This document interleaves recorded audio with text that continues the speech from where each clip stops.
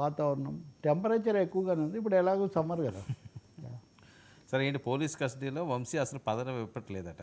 కస్టడీకి పిలిచినా 3 రోజులు అయిపోయినా ఏం అడిగినా నాకు తెలియదు, గుర్తులేదు, మర్చిపోయా అంటున్నాడట. ఏదో సినిమా డైలాగ్ చెప్పినట్టు. ఇది బాగా వైరల్ అవుతున్న అంశం.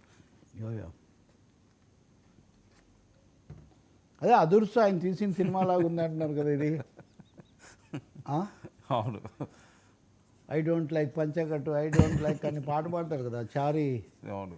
సో వంశీ సృష్టికర్త కదా, అప్పటి నుంచి ఆ బంధం అనేది అప్పటి నుంచి అలా ఉంది.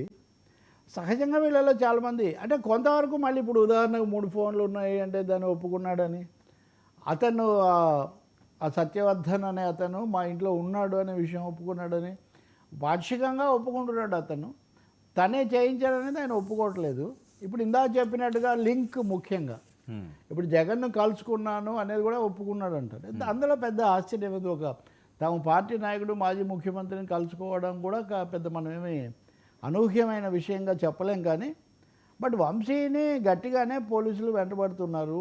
వాళ్ళ దగ్గర కొన్ని ఆధారాలు ఉన్నాయి ఖచ్చితంగా. ఇప్పుడు చూడండి, అతన్ని లిఫ్ట్లో తీసుకుపోతుంది, వాళ్ళు ప్రూవ్ చేశారు కదా, నాకు తెలియదు అని చెప్పడానికి ఇంకేమీ అవకాశం లేదు.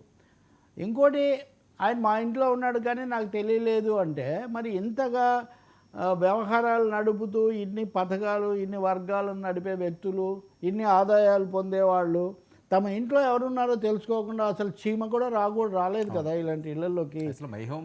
సమస్య లేదండి, ఆ శత్రు దుర్భేద్యంగా పెట్టుకుంటారు కదా. కాబట్టి తెలియకుండా జరిగే అవకాశం ఏం లేదు.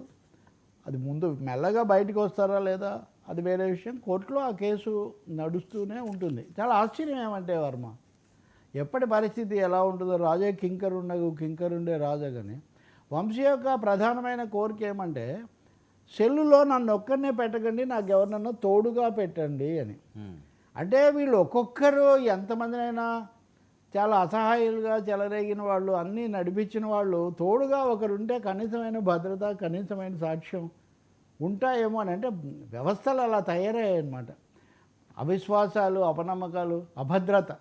ఒక అభద్రతలోకి ఒక్కసారిగా అహం బ్రహ్మస్మి అంతా మేమే అనుకున్న వాళ్ళు ఒక్కసారిగా అభద్రతలోకి వెళ్ళటం. మరి దీని నుంచి ఏం నేర్చుకుంటారు? ఇప్పుడున్న వాళ్ళు కూడా నేర్చుకోవాలని చెప్తున్నాను నేను. అవును, ఇది వాళ్ళు నేర్చుకోవటం ఒకటే కాదు, ఇప్పుడున్న వాళ్ళు కూడా ఇదే చంద్రబాబు చెప్పేది. నేను ఒక ముఖ్యమైన సిద్ధాంతం మీకు చెప్తూ చూడండి.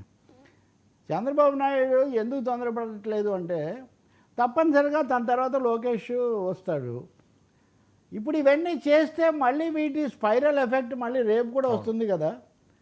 సో అధికార యంత్రాంగము ఖచ్చితంగా వాళ్ళలో సహాయ నిరాకరణ, రాజకీయ వర్గాల్లో కక్షలు, కార్పణ్యాలు ఇవన్నీ పెరిగిపోతే భవిష్యత్తు మీద తను ఇప్పుడైతే తను నడిపించాడు, చూసుకున్నాడు.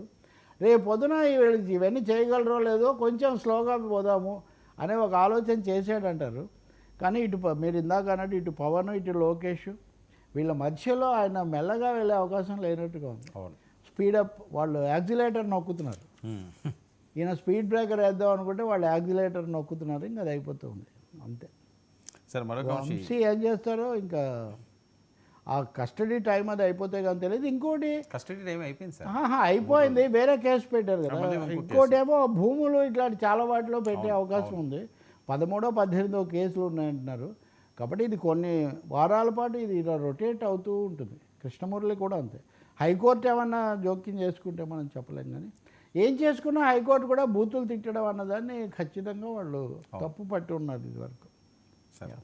సరే ఏంటి, కేంద్ర మంత్రి కిషన్ రెడ్డికి సీఎం రేవంత్ బహిరంగ లేఖ, 9 పేజీల లేఖ రాసిన సీఎం రేవంత్ రెడ్డి ప్రభుత్వ విజ్ఞప్తులను లేఖలో ప్రస్తావించిన సీఎం తేదీలతో సహా ప్రకటించారు. కేంద్రం పట్టించుకోవటం లేదని మండిపడ్డ రేవంత్, మమ్మల్ని అడిగి మీరు ఏమైనా పథకాలు ఇచ్చారా, ఏం పట్టించుకోవాలన్నా ఆయన. అది పెద్ద ఎత్తున వైరల్ అవుతున్న అంశం. అదేనండి చాలా విచిత్రం. ఒకే దేశము ఒకే ఎన్నిక అని అంటున్నారు కదా బీజేపీ వాళ్ళు. అంటే అన్ని రాష్ట్రాలు కూడా ఒకటి కింద చూడాలి కదా.